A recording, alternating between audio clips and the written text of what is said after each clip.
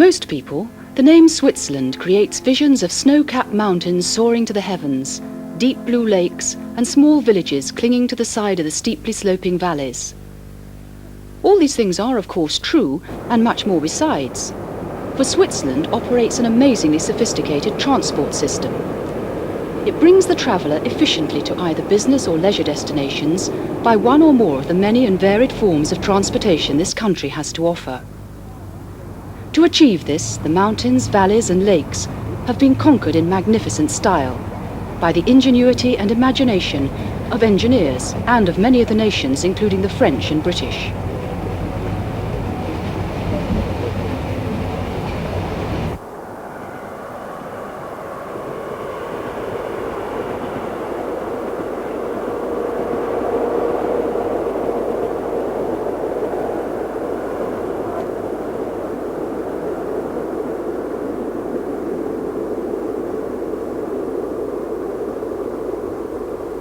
In May 1988 began an imaginative service, which is a prime example of the interconnection possible within the transport system, the William Tell Express, on which the traveller can enjoy the magical experience of travelling through some of Switzerland's most spectacular mountain scenery.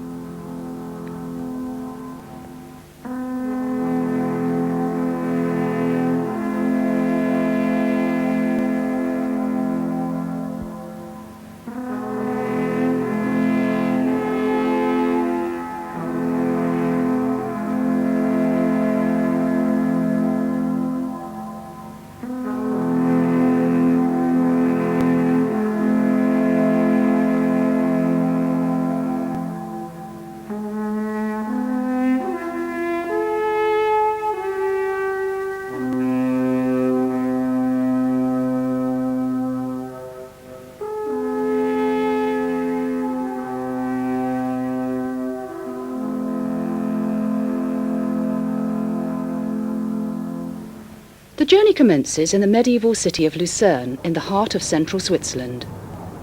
Enclosed and protected by its ancient walls and towers, Lucerne stands at the edge of a clear blue lake, whose mountainous shores form a spectacular gateway to the south.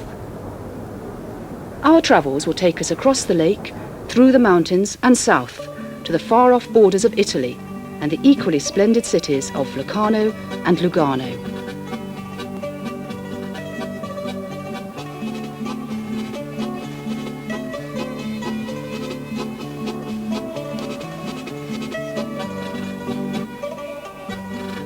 But first we must conquer the majestic range of mountains that lie on the distant southern shores of the Vierwaldstaatensee, or Lake of the Four Forest Cantons. The voyage across the lake begins at the quayside adjacent to the railway station in Lucerne. Here, steamships dating back to 1837 stand in readiness to receive their share of the many thousands of passengers carried each year by the fleet of fine vessels.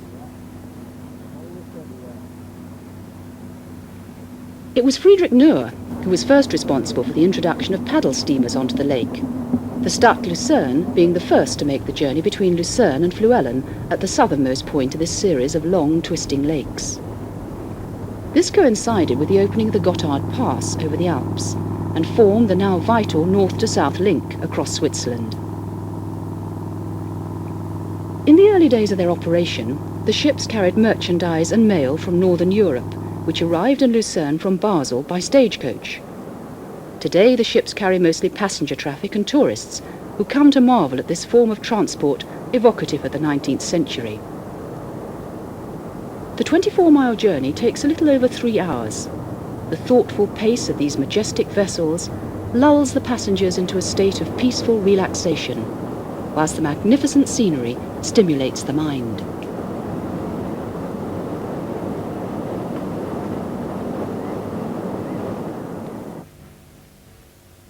But before we leave Lucerne, it's worth taking time to ramble through the maze of narrow lanes and alleyways, past the resplendent noble mansions, fountains and squares with finely painted historic buildings.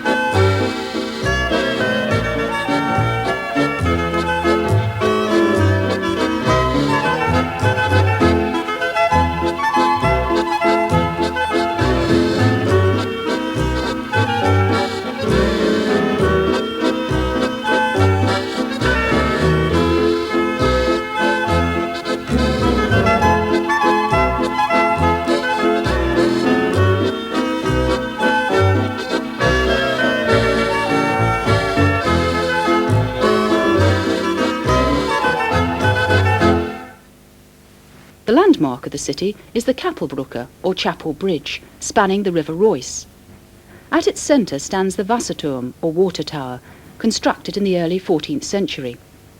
Built to an unusual octagonal design, it was originally used to store war booty, and in medieval times it was even equipped with a torture chamber. On Tuesdays and Saturdays, a bustling and colourful market lines the northern shore of the riverbank in front of the house zur Gilgen, with its characteristic tower, its pointed roof soaring high above the bell tower of neighbouring St. Peter's Church.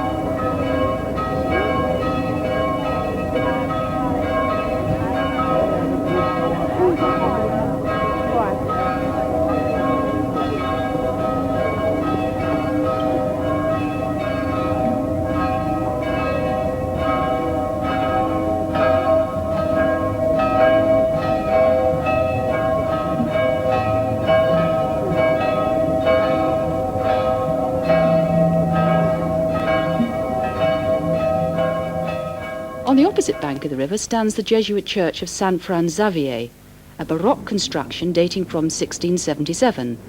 The two towers were added later.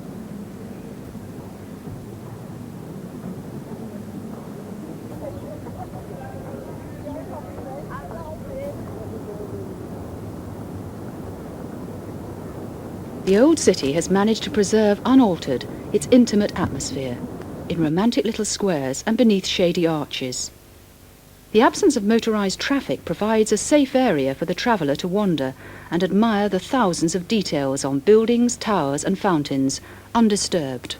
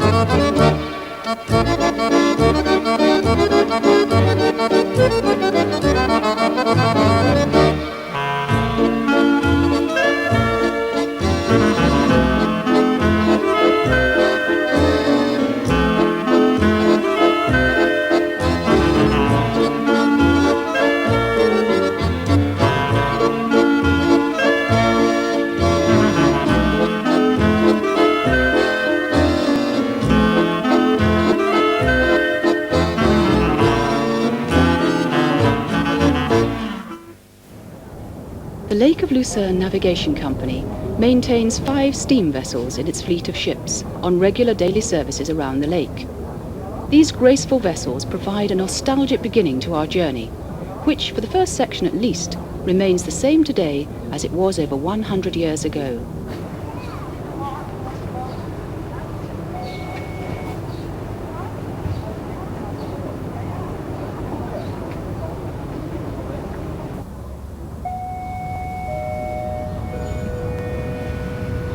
Achtung, nächste Abfahrt auf Landungsbrücke 2, weiter für Stadt Lucerne, Wilhelm Tell Express, Abfahrt um 11:25 Uhr nach Verkehrsauslido, Kirchlicher Bürgerstock, Weggis, Fitznau-Rigi, Burgs, Bettelriedsleben auf Gersau, Treiber-Silisberg, Brunnen, Rütli, Bauer und Flüel. Abfahrt um 11:25 Uhr, Ablandungsbrücke 2 mit dem Wilhelm Tell Express.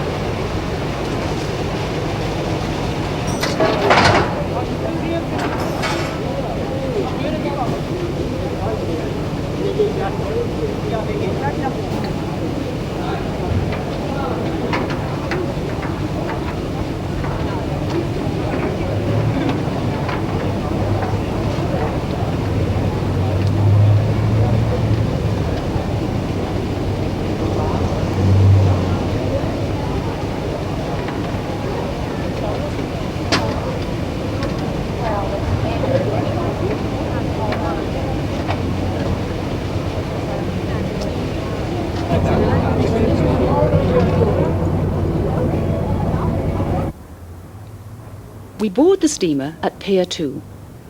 From the upper deck, there is an unobstructed view of the town, with the towers of the Mouseg etched against the skyline. Across the narrow bay of Lucerne, large hotels, amongst the most luxurious in Switzerland, dominate the lakeside scenery as far as the twin-spired church. The ring of the engine room telegraph transmits the order from the captain to the attentive man at the controls. Instant obedience to the order to "full ahead" releases high-pressure steam from the boilers to the cylinders driving the great pistons, translated by connecting rod and crank into reciprocating motion. As the tempo increases, the thump of the big ends broadcasts a gentle rhythmic tremor through the ship, while slide bars and crosshead perform with vigour to the magical symphony of steam.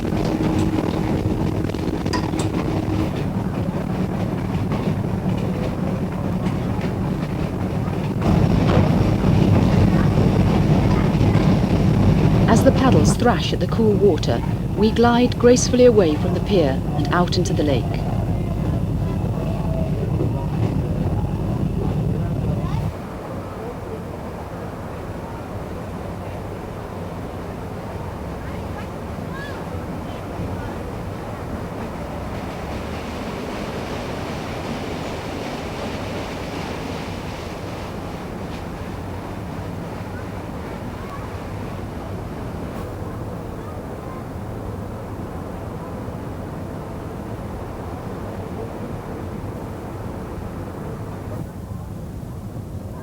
Almost immediately after departing the quayside, we pass the wharf, which is home to the Lake of Lucerne Navigation Company. The first place of notable interest is the patrician house at Tribschen. Situated within its own beautiful parkland, it was once the residence of the famous composer Richard Wagner, who lived there for 6 years. Today it is preserved in all its former glory as the Wagner Museum.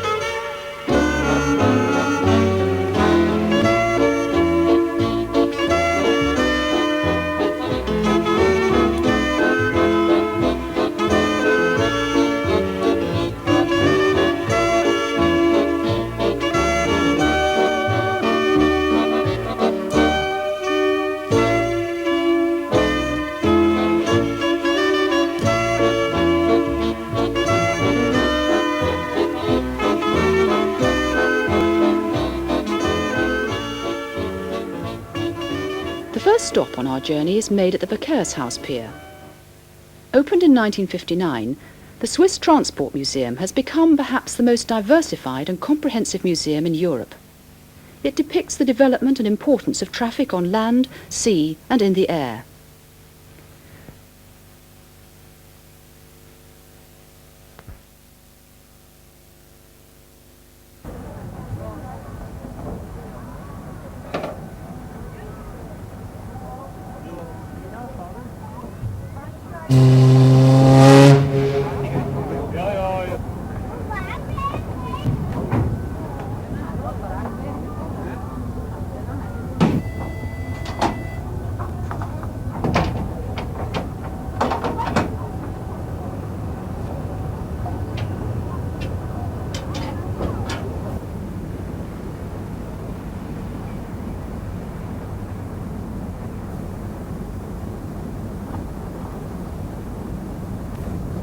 Between Lucerne and Brunnen, the lake takes on the form of an irregular crucifix, the arms of which reach out to the Bay of Küsnacht and the Bay of Alpnach.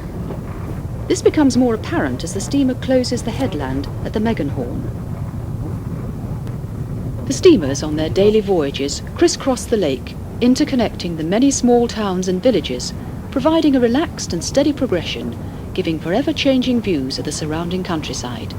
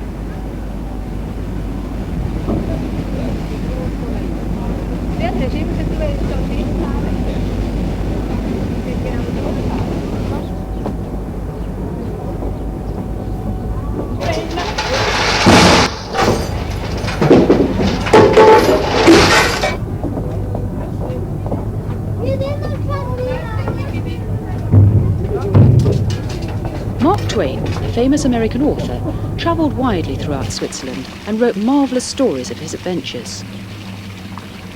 In 1897 he stayed for several months in Vegas. In the town, a memorial plate bears the inscription, "This is the most charming place we have ever lived in for repose and restfulness."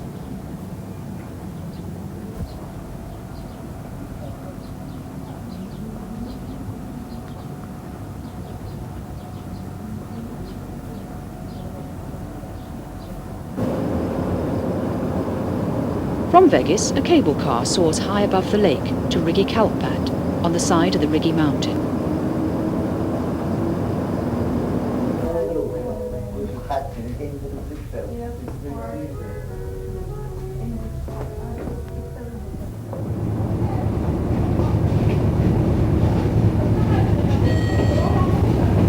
Departing the small quayside, the ship follows the base of Mount Rigi, known as the Regina Montium, the Queen of the Mountains.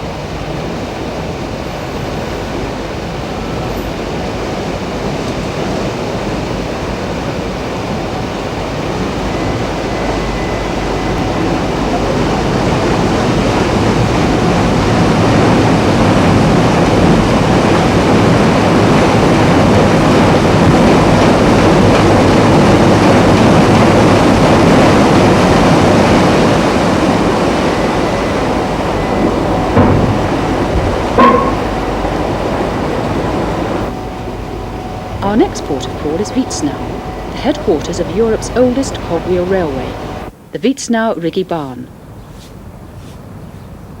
Inaugurated in 1871.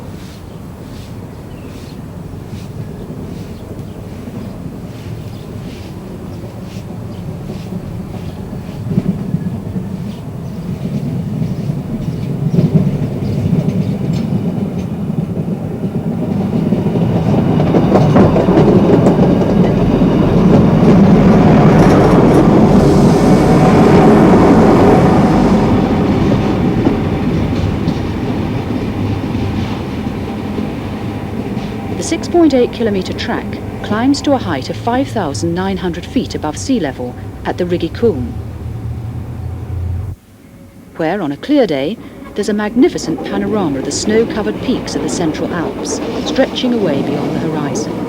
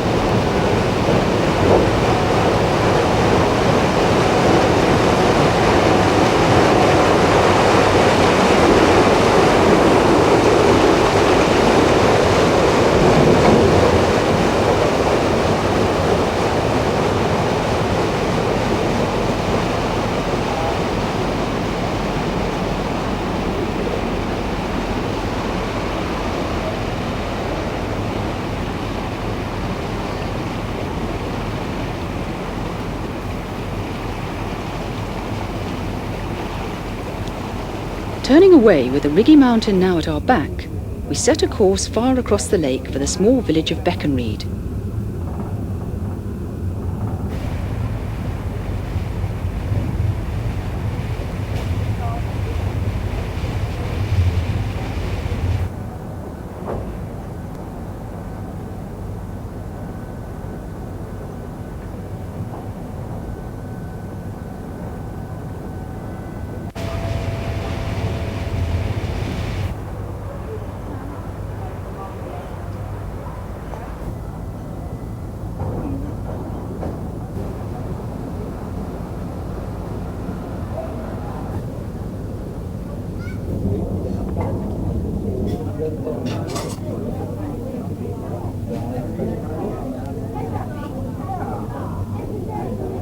The onion-shaped dome on the church at Gersau stands out proudly against the forested foothills that surround this little town. Gersau holds claim to being an independent republic for over 400 years, during which time it enjoyed its own laws and taxes and became the envy of its neighbours. But by 1817 it was incorporated into the canton of Schwyz.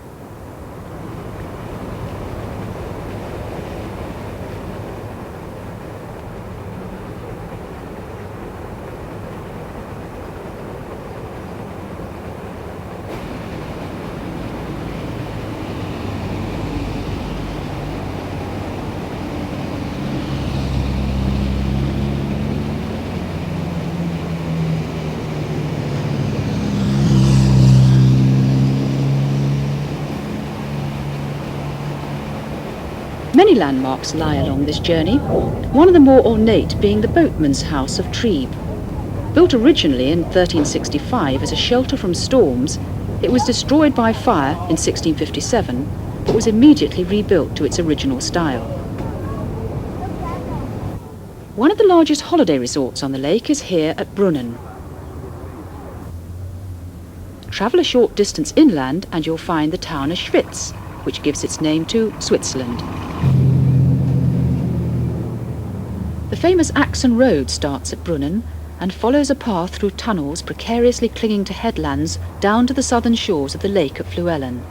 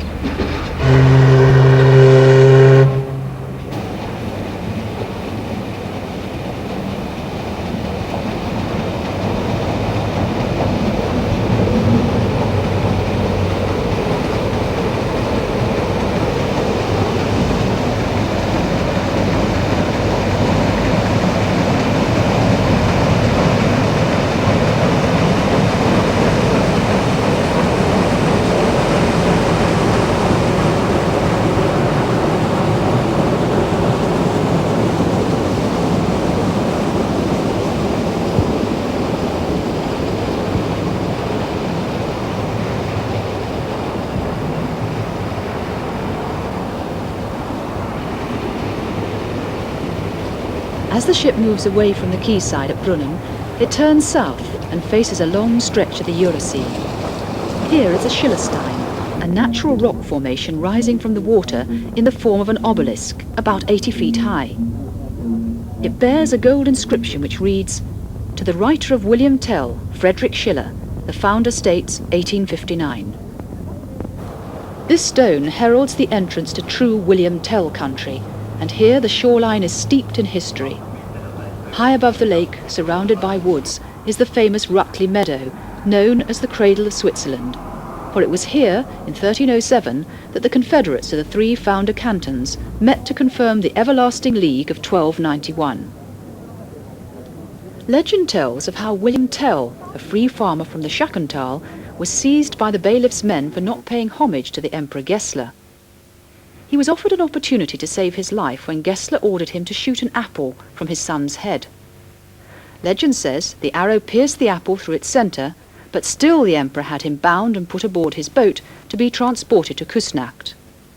During this journey, a fierce storm blew up, and William Tell was able to leap ashore to safety. The place where William Tell leapt ashore is today marked by a small chapel on the lake shore, known locally as Tellsplat. The fresh air on board ship stimulates the appetite, and even the most beautiful view can be only half appreciated on an empty stomach. For this reason, most of the older vessels belonging to the SGV are fitted with exquisite dining saloons in the Belle Epoque style.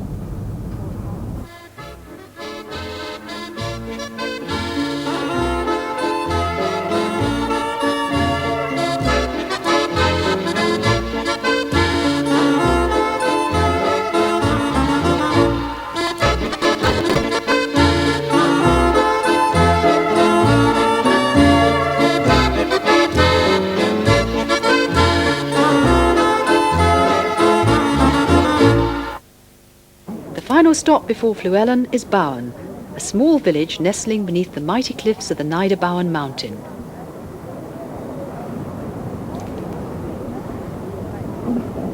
As we penetrate further southwards, the mighty peaks of the Alpine mass tower ever higher before us.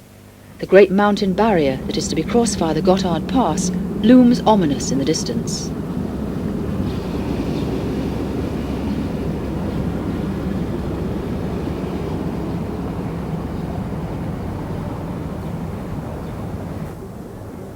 Arriving at Fluellen, a little over 3 hours after departing from Lucerne, the paddle steamer can rest a while.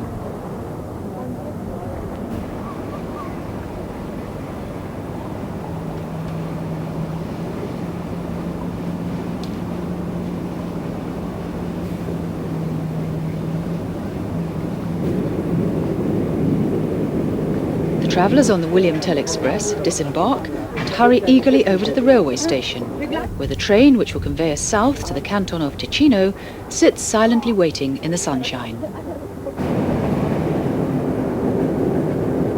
In December 1871, the Gotthard Railway Company began construction of a line from Basel to Chiasso, thus linking the countries of France, Germany and Switzerland to Italy in an almost straight line. This task of mammoth proportions was undertaken by a group of highly skilled engineers, who between them designed and constructed the most spectacular tunnels and bridges on any railway network in the world.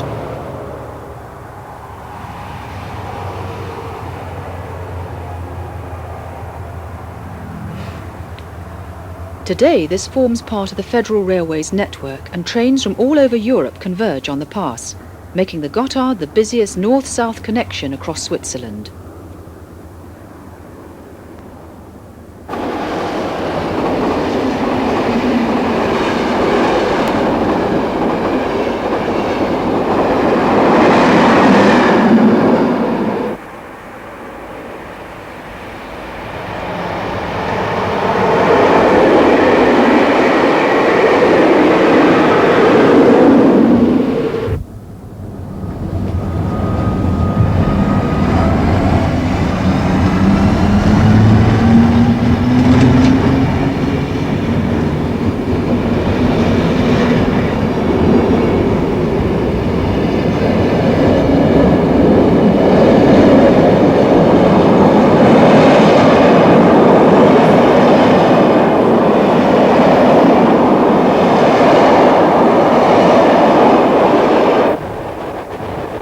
Taking our seat in the express train, we experience an immediate change of pace. The methodical progress of the paddle steamer is transformed into the bustle of the fast intercity express that charges headlong into the mountain pass before us.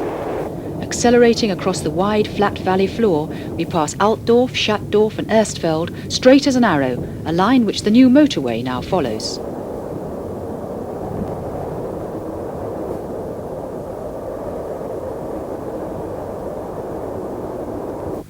In the town square at Altdorf stands a statue commemorating William Tell.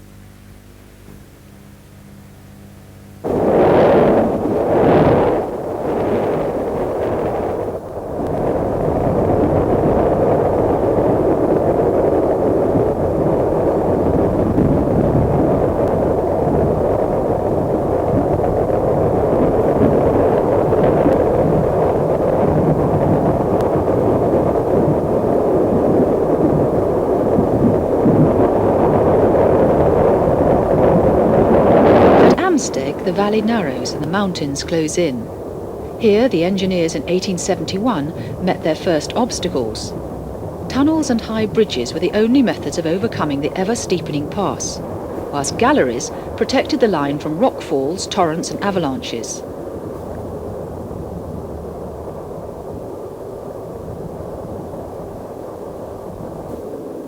The development of the spiral tunnel, in which height is gained while circling within a mountain, provides for the traveller an ever-changing view of the alpine scenery.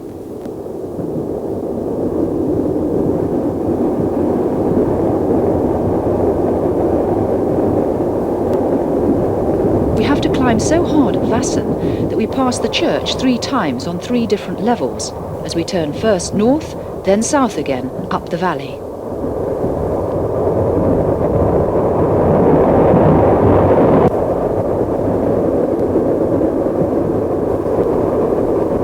A few moments later, and we're passing through Gotthard and sweeping into the northern entrance of the Great Gotthard Tunnel. The construction of this 15-kilometre-long tunnel took 8 years and cost over 66 million Swiss francs. The lives of many workers, mostly Italian, were lost in the hazardous conditions. A monument stands in Arolo at the southern entrance of the tunnel, commemorating the men that died. This includes the founder engineer, Lefebvre, who fell ill and died during the construction. As we plunge back into the daylight from the darkness within the tunnel, we are a little over 1,100 metres above sea level and passing the town of Arolo.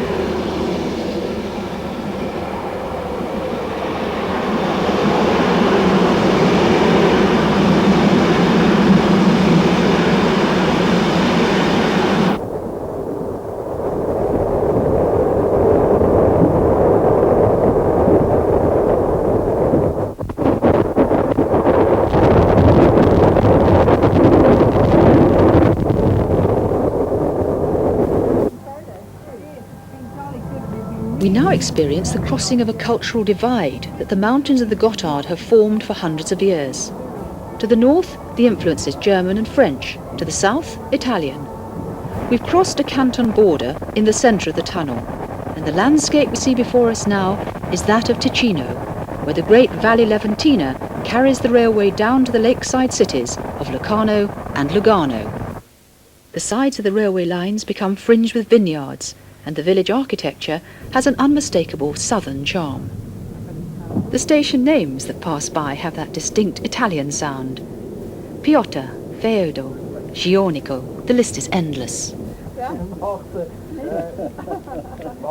The railway twists and turns its way through spiral tunnels and towering galleries, meandering down the long Leventina to Biasca, where the Breno River joins the Ticino River at the junction of two valleys. From Biasca, the valley continues south, the railway following the ever-widening River Ticino. The Ticinese themselves chose to become a Swiss canton in 1803, after being subject territory under Swiss rule for 300 years. The railway tunnel through the Gotthard became the Ticino's lifeline in 1882, and in 1980 a motorway tunnel opened the floodgates to a deluge of motor traffic.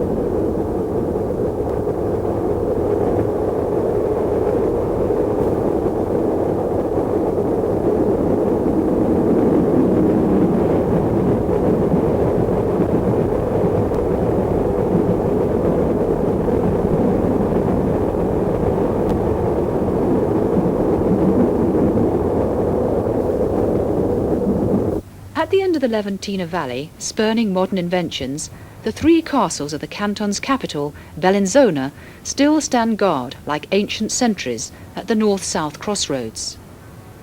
With its Renaissance facades, close-knit within fortified walls, Bellinzona has preserved a medieval defensive note. Today, Ticino's invaders are the tourists who come from the north for the mild climate and the Italian brand of Swiss comfort.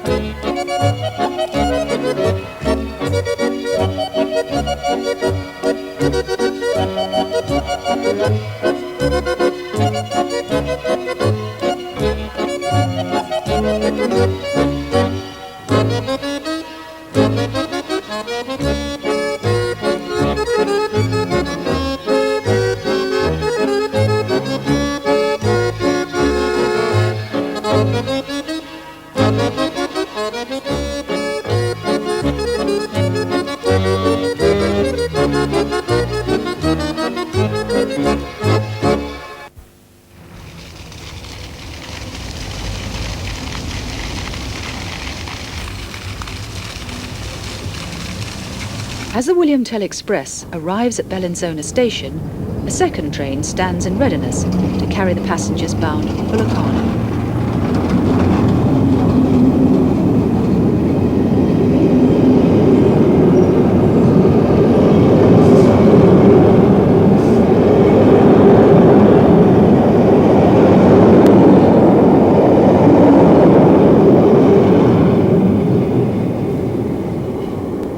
From Bellinzona, the line continues due south as far as Gubiasco. Here the line for Locarno heads west across the Piano de Magadino and into the town of Locarno.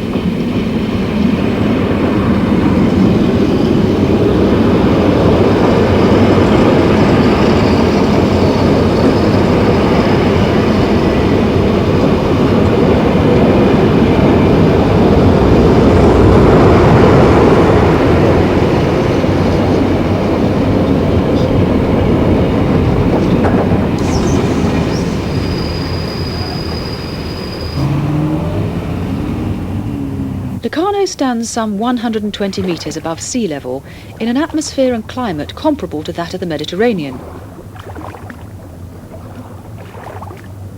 Stretching away to the south lie the deep blue waters of Lago Maggiore, whilst above the town rise terraced hills festooned with gardens and vineyards.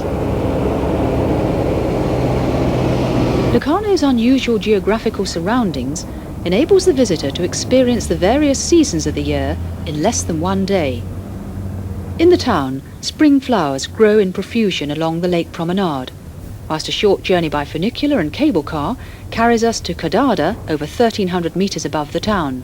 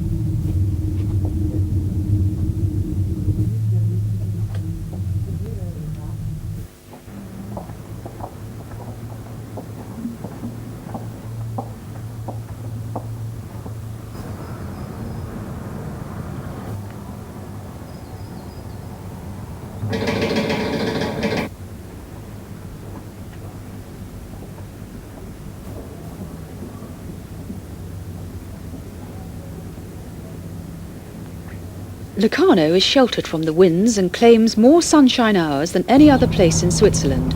It's an ideal resort for those who seek rest and relaxation and is popular the whole year round.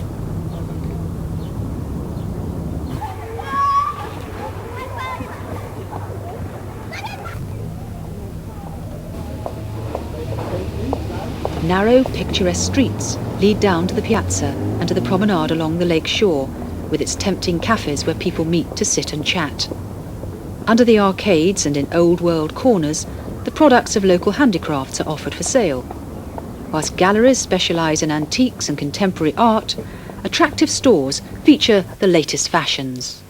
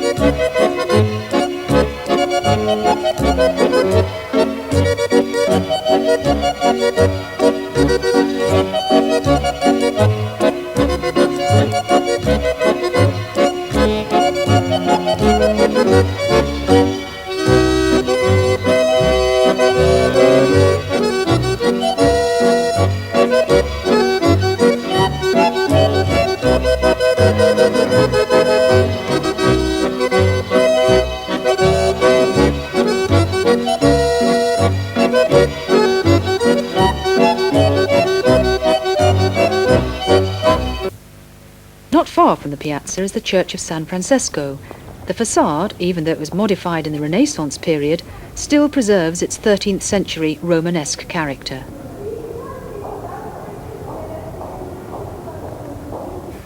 The town's most famous landmark is the Pilgrim's Church of Madonna del Sasso, Our Lady of the Rock. Easily reached by funicular, it houses numerous art treasures, and from the terraces there is a magnificent view over the lake towards the imposing peaks and ridges of the far shore.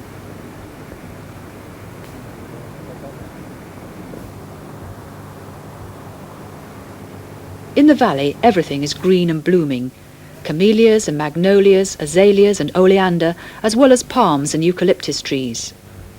A summer vacation in Locarno means wonderful fun at the Golden Lido Beach, or any of a wide choice of other sports, including tennis, golf and sailing. Boat trips on the lake are as interesting as they are relaxing.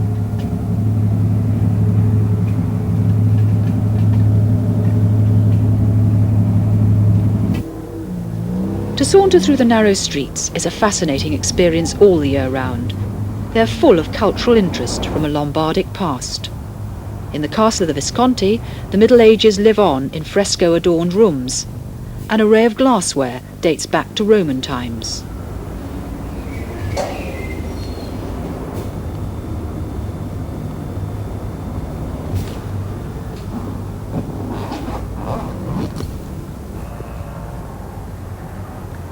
In Bellinzona, the William Tell Express is set to continue its journey south, using the same route as far as Gubbio, where it turns south down the wide meandering valley that leads to Lago di Legano and the hillside town of Legano.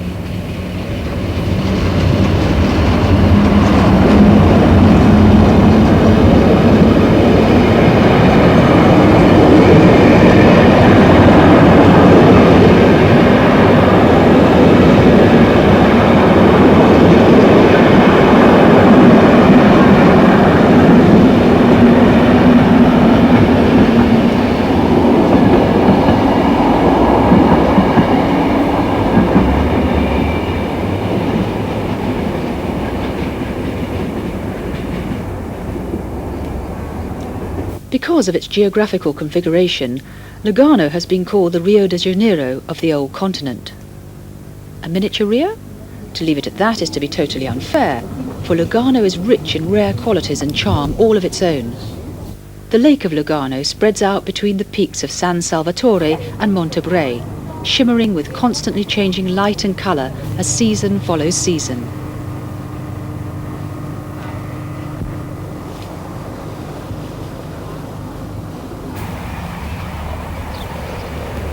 In spring, the landscape is a riot of luxuriant subtropical vegetation.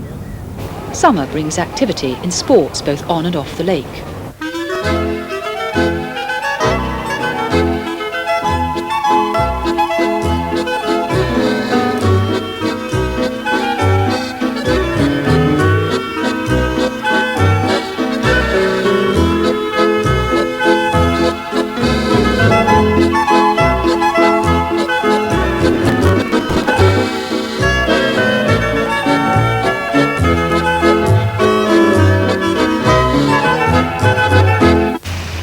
The history of Legano dates back to the epoch of the Romans.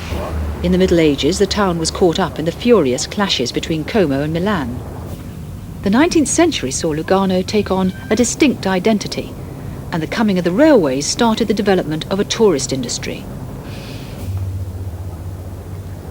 The city is rich in museums, galleries and churches, its old town squares surrounded by patrician houses in Baroque style.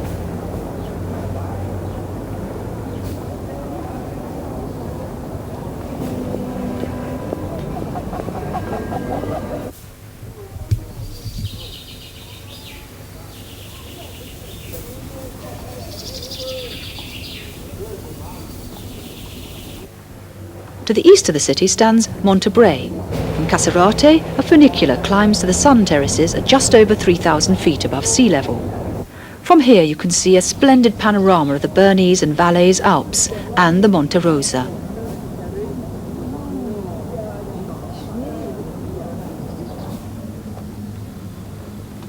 We seem to have crossed the Alps into another world.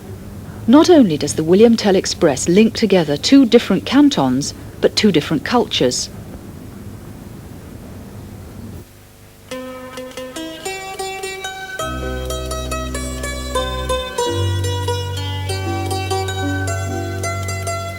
We hope you've enjoyed travelling the William Tell Express, discovering as we did, two different worlds in one glorious country.